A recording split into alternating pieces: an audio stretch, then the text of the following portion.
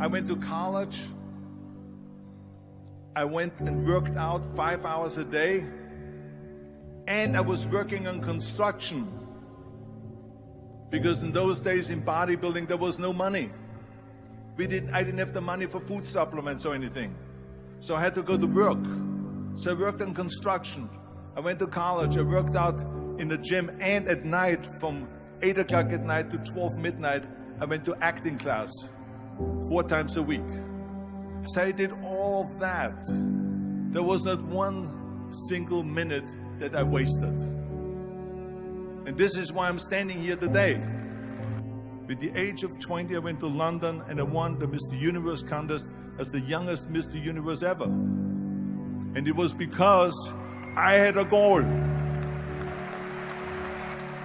You see, if you don't have a vision of where you go, and if you don't have a goal where you go, you drift around and you never end up anywhere. 74% hate their job in America. The majority of people don't like what they're doing because they're really not doing it because they didn't have a goal and they followed this goal. They just aimlessly drift around, and then all of a sudden there's a job opening, so they get that job because you have to work. But then when you work, it's a chore. It's work. It's not fun. So if you think about, only a quarter of the people really enjoy what they're doing in life. So people always ask me, when they saw me in the gym in the pumping iron days, they say, why is it that you're working out so hard? 5 hours a day, 6 hours a day, and you have always a smile on your face. The others are working out just as hard as you do, and they look sour in the face. Why is that? And I told people all the time, I said, because to me, I'm shooting for a goal. In front of me is the Mr. Universe title. So every rep that I do gets me closer to accomplishing that goal, to make this goal, this vision, turn into reality. Every single set that I do, every repetition, every weight that I lift will get me a step closer to turn this goal into reality. So I couldn't wait to do another 500-pound squat. I couldn't wait to do another 500-pound bench press. I couldn't wait to do another 2,000 reps of sit-ups. I couldn't wait for the next exercise. So let me tell you something, visualizing your goal and going after it makes it fun. You've got to have a purpose no matter what you do in life. You've got to have a purpose. And Muhammad Ali worked his butt off. And I saw it firsthand. And I remember that there was a sports writer that was there in the gym when he was working out and he was doing sit-ups. And they asked him, how many sit-ups do you do? And he said, I don't start counting until it hurts. Now think about that. He doesn't start counting his sit-ups until he feels pain. That's when he starts counting. That is working hard. And so you can't get around the hard work. It doesn't matter who it is. Work your ass off. There is no magic pill. There is no magic out there. You cannot get around. You have to work and work and work. Make sure of this and make sure of that and all that stuff. So it's work. And it drives me crazy when people say that they don't have enough time to go to the gym for 45 minutes a day and work out. Or to do something for 45 minutes to an hour a day to improve. If it is physically improve or if it is mentally to improve. Imagine you read 1 hour a day about history. How much you will learn after 365 hours in 1 year. Think about if you study about the history of musicians, of composers, how much you would know. Imagine if you would work on a business, on some business that you want to develop every day for 1 hour. Imagine how further along you will go and get. So it drives me nuts because when people say we don't have the time, we have 24 hours a day. We sleep 6 hours a day, so that gives you still 18 hours. So there's someone shaking their head out here in front to say probably, I don't sleep 6 hours, I sleep 8 hours, right? Or just sleep faster. So we have 18 hours a day. The average person works around 8 to 10 hours. So let's assume it's 10 hours, so we have 8 hours left. Then you travel around an hour a day, maybe 2 hours a day. So now you have still 6 hours left.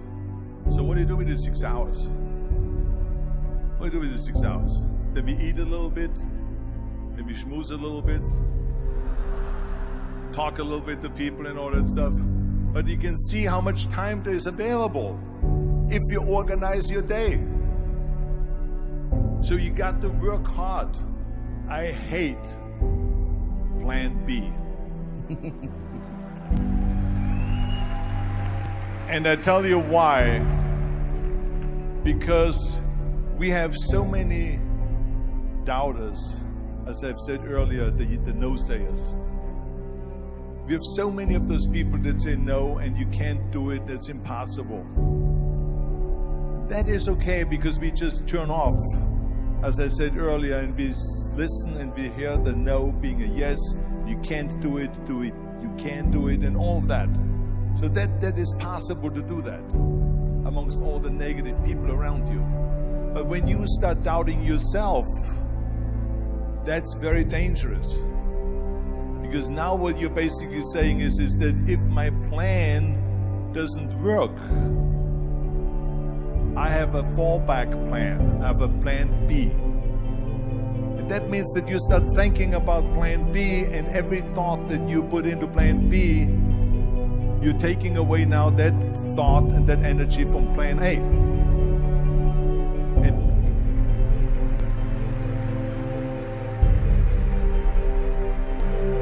It is very important to understand that we function better if there is no safety net, because plan B becomes a safety net. It says that if I fail, then I fall and I get picked up and I have something else there that will protect me. And that's not good, because people perform better when there's no safety net.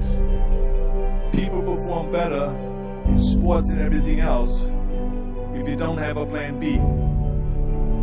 I'm telling you, I've never ever had a plan B. I said I made a full commitment that I'm going to go be a bodybuilding champion. I made a full commitment that I'm going to be in America. I made a full commitment that I'm going to get in the show business and I'm going to be a leading man. No matter what it takes, I will do the work. I will do the work over and over and over until I get it. And the same was in politics and everything like that. So to me, it is very dangerous to have a plan B, because you're cutting yourself off from the chance of really succeeding. And the reason, one of the main reasons why people want to have a plan B is because they are worried about failing. What is if I fail, then I don't have anything else? Well, let me tell you something, don't be afraid of failing, because there's nothing wrong with failing. You have to fail in order to climb that ladder. There's no one that doesn't fail. Michael Jordan said in one of his interviews, when they said, "You're unbelievable, you're the greatest basketball player of all times." I mean, tell me about that. And he says, well, you're just mentioning the successes. But he says, for me to become the greatest basketball player, I missed 9,000 shots when I was playing basketball at the NBA games. So during these games that he was so successful, he missed 9,000 shots. Does it make him a failure? No.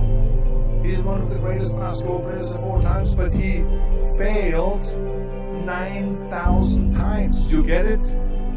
We all fail. It's okay.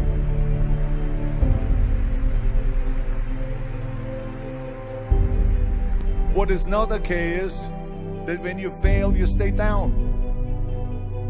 Whoever stays down is a loser. And winners will fail and get up, fail and get up, fail and get up. You always get up. That is a winner. That is a winner. I failed in bodybuilding. I lost bodybuilding competitions. I lost powerlifting competitions. I lost weightlifting competitions. I had movies that went in the toilet and that were terrible and got the worst reviews. And in politics, I remember I had many of the initiatives on the ballot, and we lost. My approval rating in California went down to 28%, and then it went back up again, and I won again the governorship. Hey, we all lose. We all have losses. This is okay, and this is why I say don't be worried about losing, because when you're afraid of losing, then you get frozen. You get stiff, you're not relaxed. You got to be, in order to perform well in anything, if it's in boxing or if it is on your job or with your thinking, is only happening when you relax. So relax. It's okay to fail. Let's just go all out and give it everything that you got. That's what it is all about. So don't be afraid to fail.